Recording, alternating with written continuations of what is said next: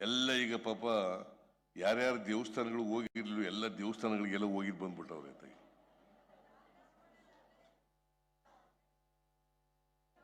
ಸದ್ಯ ನಮಗೇನಪ್ಪ ಅಂತಂದ್ರೆ ಈ ಕಾರ್ಯಕ್ರಮ ಮಾಡೋದರಿಂದ ನಮಗೂ ನಮ್ಮ ಹೆಸರು ಹೋಗಿ ದೇವ್ರ ಹತ್ರ ಹೋಗಿ ಹೇಳ್ತಾ ಇದಾರಲ್ಲ, ಅದೇ ಬಹಳ ಸಂತೋಷ. ಧರ್ಮಸ್ಥಳದ ಹೆಗ್ಡೆಯವರು ಪತ್ರ ಬರೆದವ್ರೆ ನನಗೆ. ಧರ್ಮಸ್ಥಳದ ಹೆಗ್ಡೆಯವರು ಒಂದು ಪತ್ರ ಬರೆದವ್ರೆ, ಸಿದ್ದರಾಮಯ್ಯನವರೇ ನೀವು ಈ ಶಕ್ತಿ ಯೋಜನೆ ಕಾರ್ಯಕ್ರಮ ಮಾಡೋದ್ರಿಂದ ನಮ್ಮ ಧರ್ಮಸ್ಥಳದಲ್ಲಿ ಹೆಣ್ಮಕ್ಳು ಬರೋದು ಬಹಳ ಜಾಸ್ತಿ ಆಗ್ಬಿಟ್ಟದೆ, ನಿಮ್ಮ ಹೆಸರಲ್ಲೂ ಪೂಜೆ ಮಾಡಿಸ್ತಾವ್ರೆ ಅಂತ ಬರೆದವ್ರೆ ನನಗೆ. ನೋಡಿ, ನಾವು ನಿಮ್ಮ ಜೊತೆಯಲ್ಲಿ ದೇವ್ರ ಹತ್ರಕ್ಕೆ ದೇವರ ಕೃಪೆಗೆ ಪಾತ್ರರಾಗ್ತಾ ಇದ್ದೀವಿ.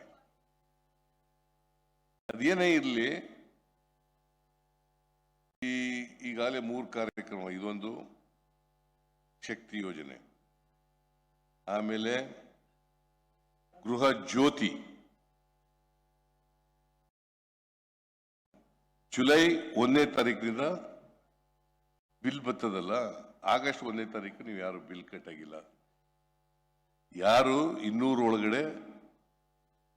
ಯೂನಿಟ್ ಒಳಗಡೆ ವಿದ್ಯುತ್ ಶಕ್ತಿಯನ್ನು ಬಳಸ್ತಾರೆ ಅವ್ರು ಯಾರು ದುಡ್ಡು ಕಟ್ಟಾಗಿಲ್ಲ. ಅದಕ್ಕೊಂದು ಕೊಂಕು ನುಡಿ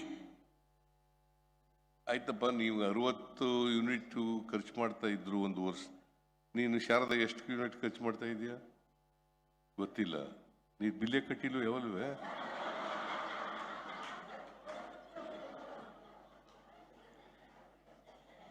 ಕರ್ನಾಟಕದಲ್ಲಿ 53 ಯೂನಿಟ್ ಅವರೇಜ್ ಇರೋದು,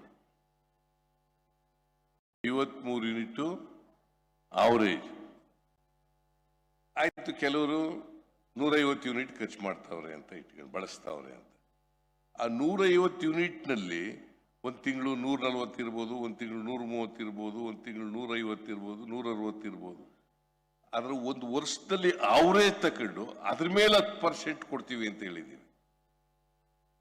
200 ಕೊಟ್ಬಿಡಿ ಅವ್ರಿಗೆ. ಯಾವುದು ತರ್ಕ ಇದೆ, ಇದಕ್ಕೆ ಏನಾದ್ರು ಅರ್ಥ ಇದೆಯಾ? ತರ್ಕಹೀನವಾದಂತ ಆರ್ಗ್ಯುಮೆಂಟ್ ಮಾಡೋದು. 200 ಕೊಟ್ಬಿಡಿ. ಅಲ್ಲಪ್ಪ, ನಾನು 60 ಬಳಸ್ತಾ ಇರೋದು, 70 ಬಳಸ್ತಾ ಇಲ್ಲ, 200 ತಗೋ. It's a foolish argument, I tell you.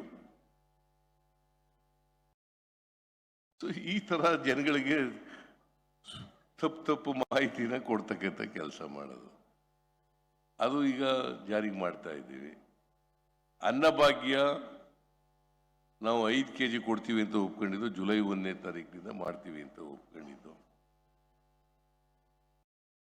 ಅಕ್ಕಿ ಕೊಡ್ಲಿಲ್ಲ ಇವರು, ಈ ಕೇಂದ್ರ ಸರ್ಕಾರದವರು ಇದ್ದಾರಲ್ಲ, ನಾವು ಯಾಕೆ ಇವ್ರನ್ನ ಬಡವರು ವಿರೋಧಿ ಅಂತಿದ್ವಿ ಅಂತಂದ್ರೆ, ಬಡವರು ಅನ್ನಕ್ಕೆ ಕಲ್ಲಾಕ್ಬಿಟ್ರು.